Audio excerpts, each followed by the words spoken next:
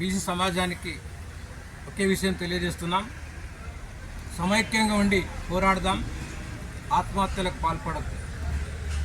యువకులు తెలంగాణ ఉద్యమంలో 1200 మంది బలిదానం చేస్తారు. కానీ దాంతో ఆ కుటుంబాలు మదనపడ్డాయి, ఇబ్బందులు పడ్డాయి, నిరాశ్రయులయ్యారు. కాబట్టి ఈరోజు కూడా బీసీలందరూ కూడా పోరాటానికి సిద్ధం కావాలి.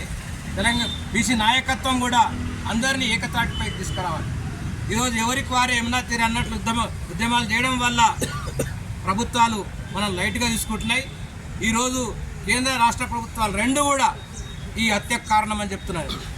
ఎందుకోసం అంటే 42% రిజర్వేషన్ ఇస్తామని చెప్పి కులగణన చేసి రిజర్వేషన్లు ప్రకటించి ఎలక్షన్ నోటిఫికేషన్ కూడా ఇచ్చి చివరికి కేంద్ర ప్రభుత్వం దగ్గర కాలేదని చెప్పి తప్పించుకోవడం కరెక్ట్ కాదు. అక్కడ కేంద్ర ప్రభుత్వం చేస్తేనే రిజర్వేషన్ అవుతుందనే విషయం రాష్ట్ర ప్రభుత్వానికి తెలిసి కూడా ఇది బీసీల పెద్ద నాటకాలు ఆడడం తప్పిస్తే అంతకుమించి ఇంకోటి కాదు.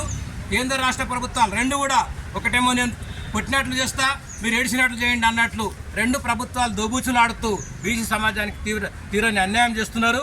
ఈరోజు గ్రామ పంచాయతీ ఎలక్షన్లో 17% దాటనటువంటి పరిస్థితి ఏర్పడ్డది. 42% ఎక్కడ 17-18%తో ఈరోజు గ్రామ పంచాయతీ ఎలక్షన్ జరుగుతున్నాయి. ఇదే పద్ధతి కొనసాగితే ఇట్లే బీసీలు అనైక్యతంగా ఉంటే నెక్స్ట్ ఎంపీడీ జెడ్పీటీ ఎలక్షన్స్ కూడా ఇట్లే జరుగుతాయి. కాబట్టి వెంటనే బీసీ సమాజం అంతా మేల్కొని ఉద్యమించాలి, ప్రభుత్వాన్ని ప్రతిఘటించాలి. 42% రిజర్వేషన్ సాధన వరకు అల్పెరగని పోరాటం చేయాల్సినటువంటి అవసరం ఉందని తెలియజేస్తూ ఈరోజు ఆత్మహత్య చేసుకున్నటువంటి యువకుడు ఈశ్వరాచారి తెలంగాణ ఉద్యమంలో కూడా శ్రీకాంతాచారి ఆత్మహత్యతోని మనకి ఈరోజు జ్ఞానోదయం అయింది. ఈరోజు కూడా ఒక చారి ఆత్మహత్య చేసుకోవడం చాలా విచారకరం.